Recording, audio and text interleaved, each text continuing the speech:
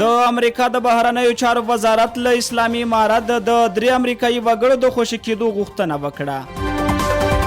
سلامونه د انیس میډیا درنو مینوالو ستړي مه شئ. که چیرې زموږ د چینل تعقیبونکي یاست نو زموږ چینل درسره سبسکرایب کړئ. د امریکا د بهرنیو چارو وزارت یو چارواکي له اسلامي امارت د 3 امریکایي وګړو د خوشي کېدو غوښتنه وکړه. په دغه وزارت کې د برمته نیولې د چارو لپاره د ولسمشر ځانګړي استازي روجرز کارسټنس په خپله ایکس پاڼه لیکلي چې رویان کوربت او شاه محمود حبیبي 2 کاله مخکې په افغانستان کې اسیران شول. حبیبي د افغانستان تابعیت هم لري. د تیر جمهوریت نظام د ملکی هوایی چلن پخوانی مشر محمد شاه حبیبي د اسلامي امارت د استخباراتو لخوا په کابل کې د القاعده شبکې د پخوانی مشر ایمن الظواهري تر وژل کېدو 10 ورځې وروسته ونیول شو چې تر اوسه یې د برخلیک په بام معلومات نشته.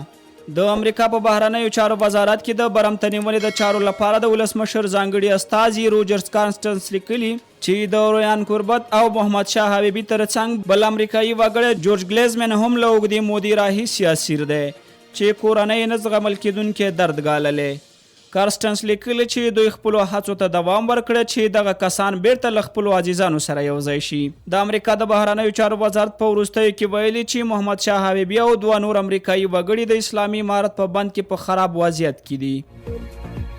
له توجه مو نړۍ مننه. د نورو خبرونو لپاره موږ تعقیب کړئ.